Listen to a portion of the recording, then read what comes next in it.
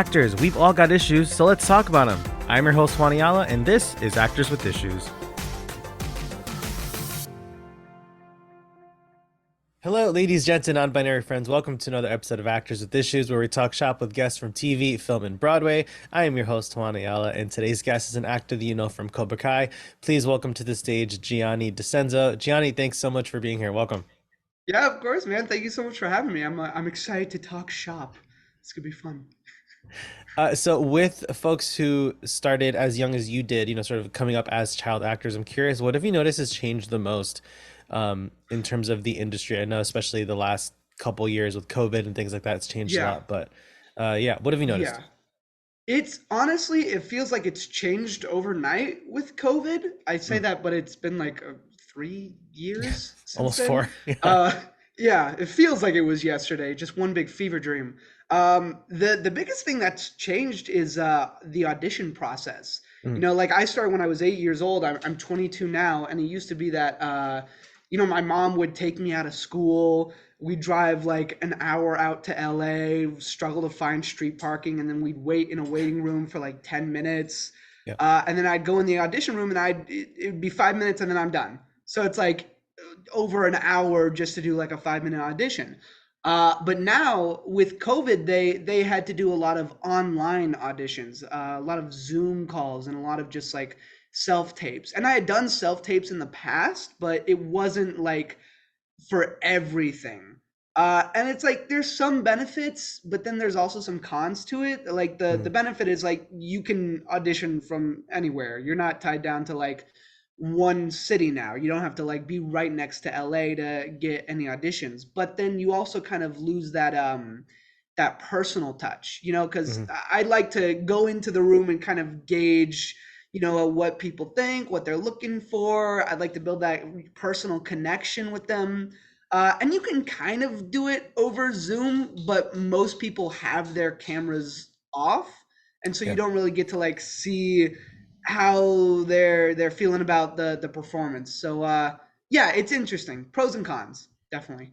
That's definitely been a big talking point, especially for folks who were auditioning a lot before the Mm, pandemic and then during COVID making that switch. mm.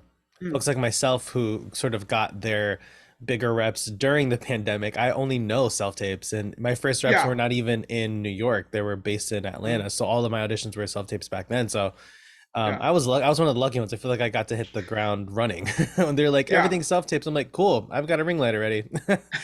Yeah, I got a camera. All right, cool. Let's do Right. it. Yeah. Meanwhile, everyone else is sort of scrambling to Amazon to get a backdrop and ring lights and Yeah. tripods and all of that. Don't Yeah. get me started on that, man. It was such a like painful like trial and error process trying to figure out like, okay, I'm gonna put this up. What's the best wall to do it against? I don't. Right. Yeah, it was a lot. It was And good. it's sort of similarly talking about the sort of like transitions and changes. You were in Cobra Kai pretty much since the very beginning. So in Yeah.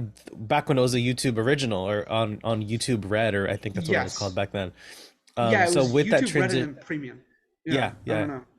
So then with that transition from YouTube to Netflix, was there a big change you noticed? Sort of maybe, I mean, maybe besides like budget and things like that, but how did that whole thing change for you? Yes. The transition from YouTube to Netflix was like night and day. Uh, it was crazy. But that transition also happened like during COVID. And Mm. so we kind of saw like, okay, we're gonna have like a higher budget and things are kind of on a grander scale. But we didn't really get to see the audience and the fans' reactions to things in public. So we were kind of sheltered from that. It Mhm. wasn't until like COVID had sort of died down and we were able to go out in public more and able to do like premieres for the show Yeah. that we really saw that okay, not only did we have like our extremely loyal fan base from YouTube, which was awesome, but now it's really kind of spread everywhere. And with Instagram, we were able to see some of the results. But yeah, when we finally went in public, we were like, okay, this is something.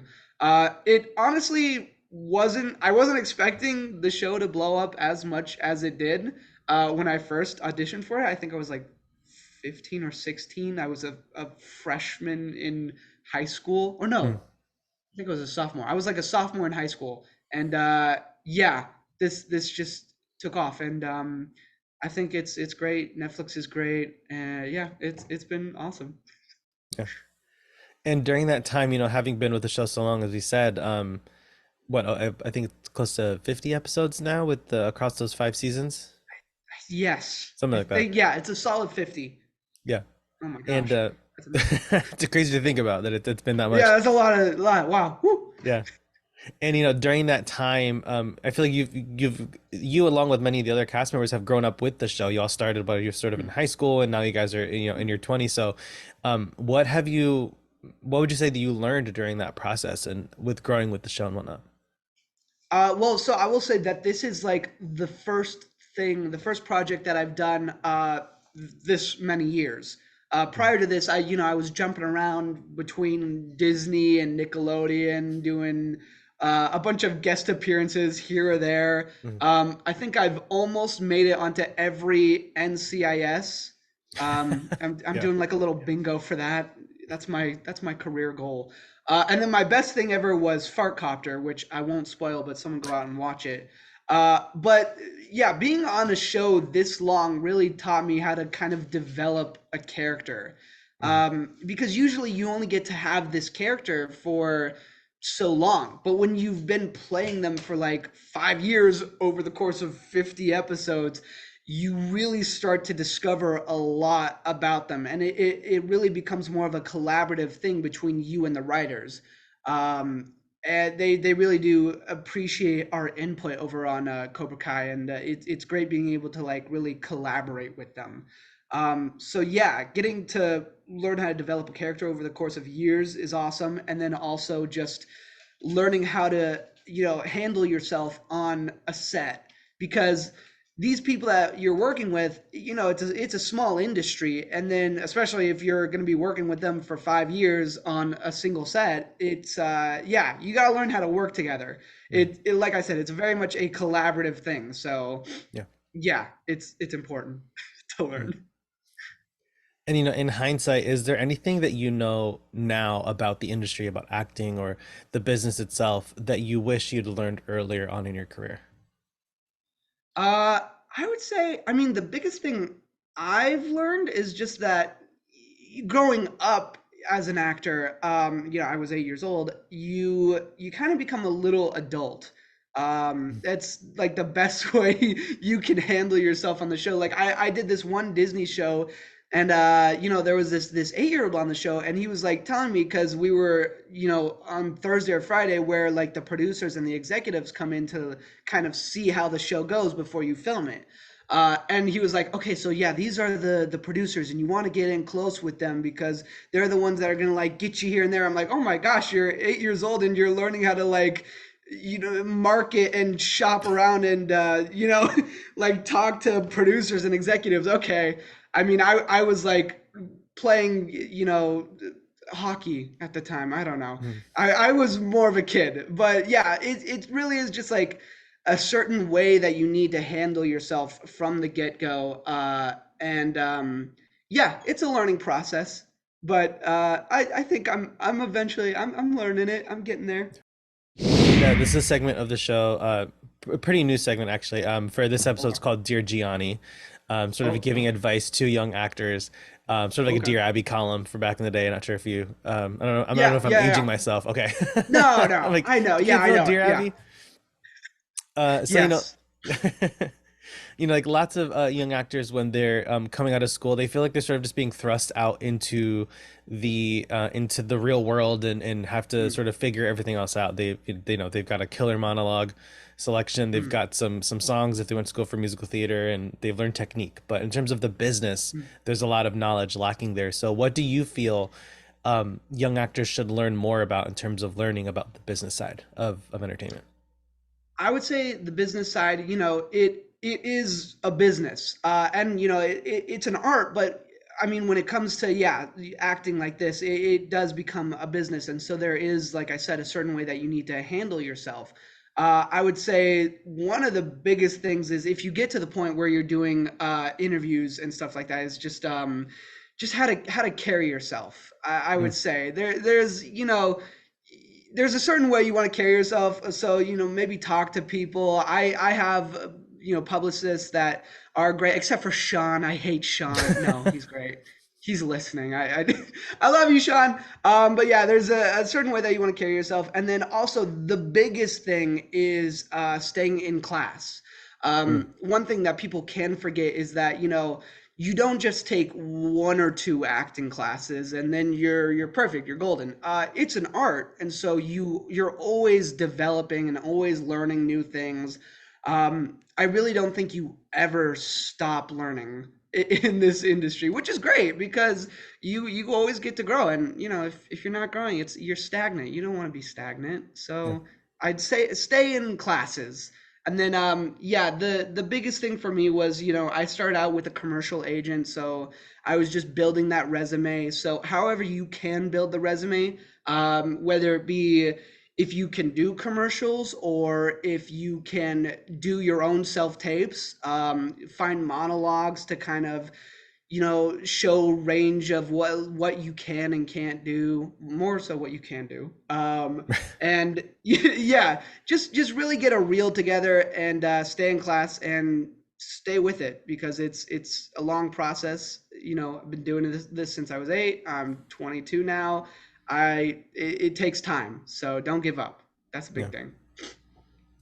And you've mentioned, I mean, doing the math, you've been in this business for 14 years, which is crazy to think about. You've been doing it for such a long time. You're so young. Yeah.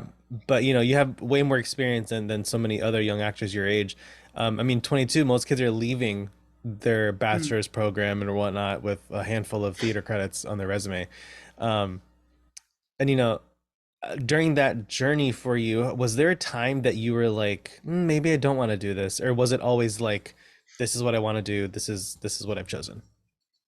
Uh, yeah, I mean, there's always been like times where you're like, oh man, this isn't really working out because there can be dry spells and stuff like that.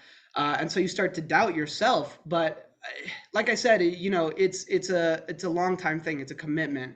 Mm, Prior to getting Cobra Kai, you think I had like a dry period of like a year where I wasn't even getting on audition because I mm, was especially going through that weird growth period where I was younger. I was under 18, but I kind of looked like I could be over 18. And they're really looking for like over 18 to play younger yeah. teens because when you're under 18, you can only stay on set for so long. There's a lot of limitations.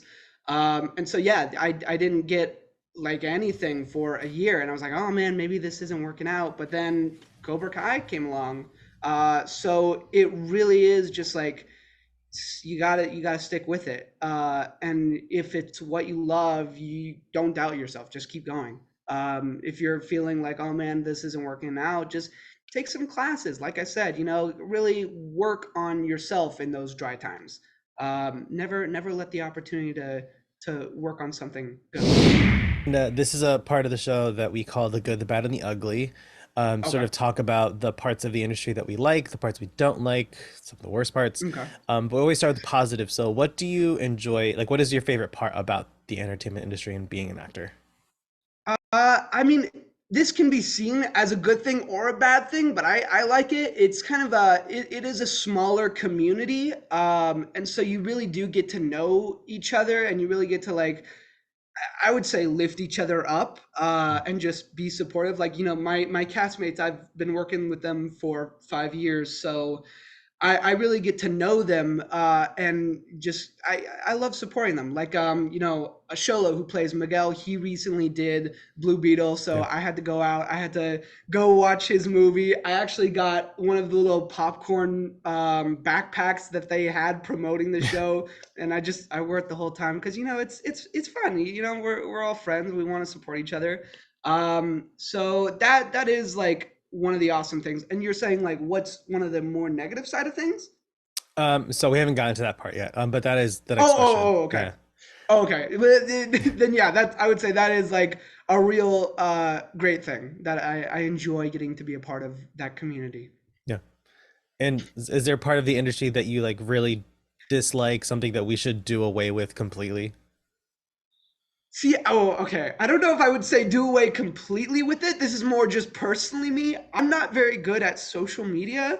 Ah, I'm really bad yeah. at it. I just like, I'm always like, I don't have anything to post about. I don't want, I'm just me standing there. I can't do it. Um, so I would say I do wish that it wasn't as reliant on social media. I would love to be able to just like go out and do my work and enjoy it with people, which I guess that is part of social media. You go out and enjoy it with people, but I'm so bad at it. And then I think it really does become more of like who has more followers. I think it is starting to influence like casting a little bit more. Mm. So it's interesting. We'll see how that one progresses. But yeah, I'm not the biggest fan, but I got my Instagram. I do like hearing like or reading the comments that people give me because it does allow me to see immediately what people like, what they don't like, what they're looking for. But yeah, I'm just really bad at Instagram in general and TikTok. Oh my god! Anytime I post like once a year on TikTok. I feel so bad. I do a lot of transitions. Those like transition edits. Yeah. They're cool. Yeah. I mean, even myself with social media, that you can go look at the actors with issues, our podcast account. Our Yeah. TikTok is like I always forget TikTok exists. So I'm like, oh, I should probably use this more Yeah. because it's so popular, but Yeah. you just forget. It's Yeah. I do. I forget often. yeah. It's bad. Because I don't know, like it's healthy to try and like distance ourselves from that and take breaks from it, but at the same Mm. time we're like, but this is a tool that's very helpful that could be. Yeah. So finding that balance is really tough. It's almost like a work-life balance. That social media life balance is Yeah. it's really hard to get to. Oh, 1,000%. Yeah, no, if you don't find that balance, you'll drive yourself crazy with the comments or whatever, or like your follower count. You're like, oh my God, I need more. Hmm. Or yeah, it'll drive you crazy for sure. And over the last couple years, we've had so many collective hurdles to deal with Mm. as an industry between the pandemic and the multiple strikes, which have ended recently. So, what was Mm. your key takeaway from that time period, whether it was the pandemic or the strike? What did you learn coming out of that?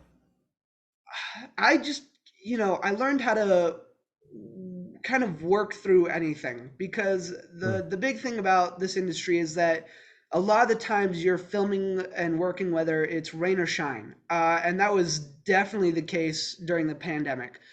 It did shut us down for a while, but when studios started to film again, we went in and we would have to have our masks on and COVID tests like mm, every other day. We would come in on weekends just to test. And we would, we'll train for our fight scenes on the show, but we'll have to wear masks. And so the entire time for like 2 hours when I'm like training, working out, I'm like dying because I couldn't breathe. We would have like designated areas where you could take your mask off for like a second to breathe outside. So yeah, just definitely learning how to work in any environment was a big deal. And then yeah, with the strike, I just kind of used that time to work on myself. I was taking writing classes. That's something that I'm eventually hoping to do is write my own movies and TV shows. mm. So yeah, I learned how to work through rain or shine, and then also never let there be downtime. Just there's Yeah. something you can always do. It's an art. You're always growing.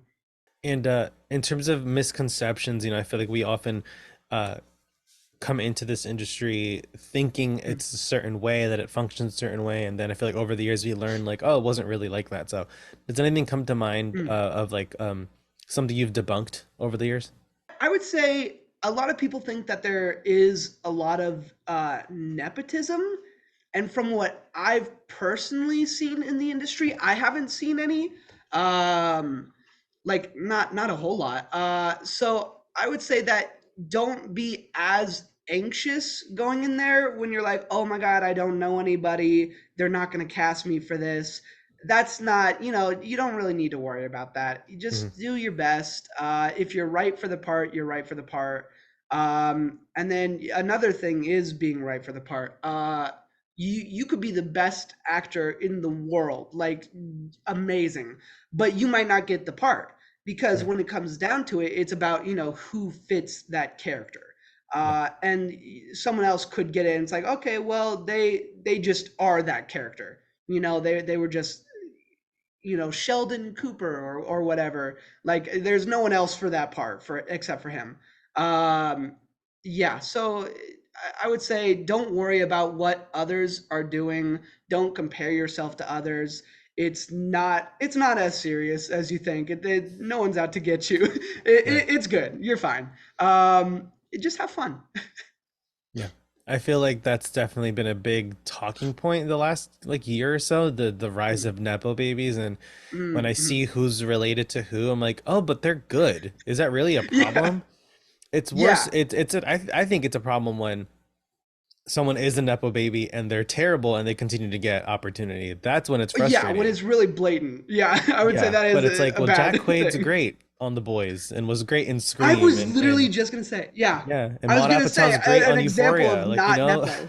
yeah, Yeah, he's amazing. I recently just saw Hunger Games and I completely forgot that he was in the first Hunger Games.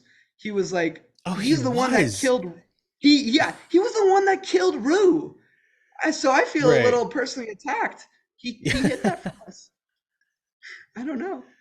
Yeah, and it's like, okay, sure, maybe they got a couple roles early on, but they built the career for themselves after that. Like, sure, someone had the door open for them, in terms of like getting into the room, but I feel like Yeah. it's one tiny factor. There's a dozen examples for the, I don't know, tens of thousands of actors that are out there.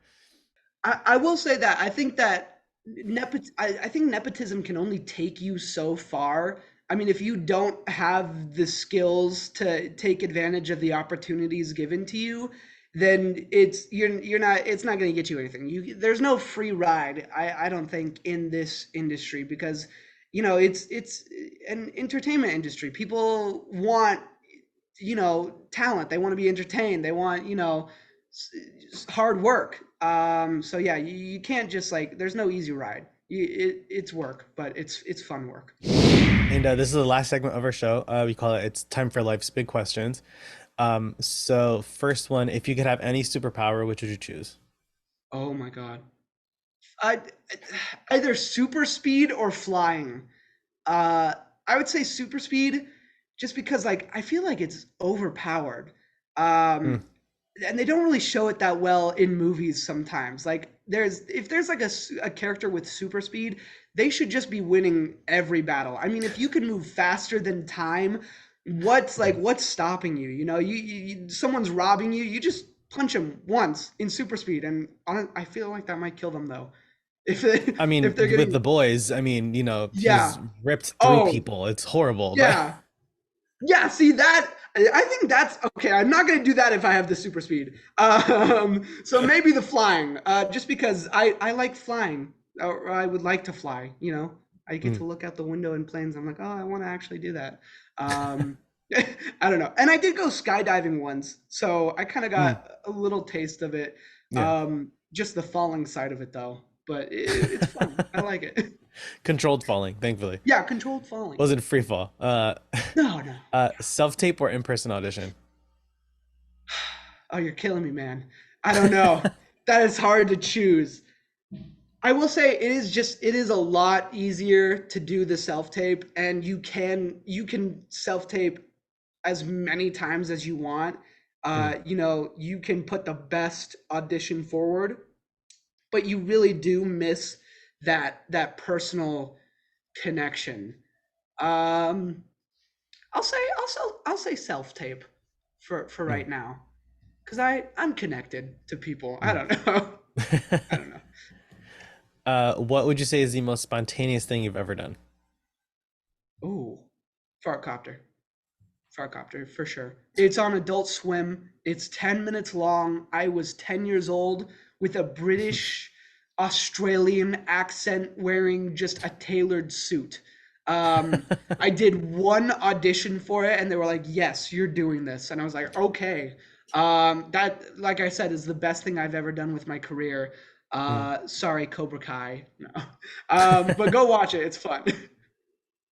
What is a Yeah. TV show or film that you feel is criminally underrated? Ooh. I would say The Boys, but I think it's pretty well rated. Oh, for sure. Yeah. Yeah, I I don't think there's anything I'm really watching that's super underground. My girlfriend watches a lot of K-pop or the K-dramas. Oh yeah, And they're those are intense, good. man. That a lot of them only run for like one season because that's like all they need. You know, Yeah. they're very like this is the story. So yeah, K-pop or K-dramas, and then also K-pop. She listens to a lot of K-pop. Yeah, those are great. Mm. If you could sit down for dinner with any actor, dead or alive, who would it be? Jim Carrey, definitely. He's my idol growing up. I Mm. watched The Mask 1,000 times on on the little TV screen in my mom's minivan. He's amazing. I think he's retired. I think he said that Sonic 2 was the last thing he was gonna make. Mm. So yeah, I would just want to like pick his brain. Like, what's up with him? You know, Yeah. what is his life? Yeah. Yeah. And what is a special skill on your resume that people would be surprised to learn about? Ooh, I don't know if this is useful as far as acting, but I like to sew. I have been sewing for many Hmm. years. I've made almost every Halloween costume that my brother wears. Oh, that's awesome. Um, yeah, it's I spend months on them, man. It takes so long. Yeah, I like to sew. And if there's ever a movie where my character needs to do that, it's over. That Yeah. part's No, mine. no need for a hand double. Like, nope, I got No. Oh it. no. No hand double. That's it's all me, baby. I'm just going. Stitching, weaving. I don't know. And we're gonna build your ultimate dream role. So first, Oh, is okay. it TV, film, or theater? See, I really love TV just because I get to like work on a character for so long. So yeah, TV, TV. And what is the genre? Um, I'm gonna say dramedy because Dramedy. I really want to do something. The next project I want to do is like something more serious, but I still love the comedy of things. Yeah. So yeah, dramedy. I Um, don't know. are you the hero or the villain? Oh, definitely the villain. I gotta be the villain. For so many years I've been like the either the good guy or like the kind of nerdy guy. I want to be like, evil, Mhm. serial killer, something like that. This is not me in And real life, by the way. no. Yeah. And who is your co-star? Ooh. You know what? I'm getting Jim Carrey out of retirement. Come on. Word. He's gonna be the protagonist that I'm trying to serial murder. He's the detective that, he doesn't play by the book. Mhm. And I especially don't play by the book. I'm writing this myself right now. And who is your sidekick? Ooh. Who's my sidekick? You know, oh, what is his name? That played PETA in the Hunger Games. I'm taking him. What is his Oh, name? Josh Hutcherson. Yeah. Yes, yeah, he's such a great actor. Yeah, I recently just saw him in Five Nights at Freddy's. I thought he did a great Oh, job in that. so great. Yeah, Yeah. yeah, right. So Yeah. I'm gonna say, yeah, come on, come on, come along. And plus, he's been in the industry longer than me, so I could definitely pick his brain with stuff in Yeah. between scenes. Yeah, yeah. Awesome. Well, if any producers are listening, let's get to work on that. I've we already gotta, we written got to it, think of a guys. name. What's the name of this? Yeah. The good, the bad, the murder. I don't know. Just something. I don't know. And That's good. in 10 words or less, what advice would you give to a young actor? Okay. Stick with it. Don't give up ever. Don't you dare do it. That's one word. Do it is one word. Yeah. Awesome. Well, Gianni, thank you so much for taking the time to chat with us today and for talking with us about all the issues. Such a pleasure chatting with you. And yeah, I can't wait for season 6 of Yeah, Cobra yeah, of Kai. Is course. there an update on when that's coming out, or is that still under wraps? It's sorry, that was my cat falling. I don't know if I could say anything. We'll see. It's gonna be good. It's gonna be good. What we did before we went to before the strike happened was really good. So we're just gonna keep that train going. It's gonna be Yeah. great. Look Awesome. out. Well, Gianni, thank you again so much, man. Take care. Thanks. Thank you so much, man. Thank you. Thanks for joining us. Be sure to subscribe to Actors with Issues on Spotify, Apple Podcasts, or wherever you get your podcasts, and visit our YouTube channel for full video interviews. Actors with Issues is executive produced and hosted by Juan Ayala. See you next time.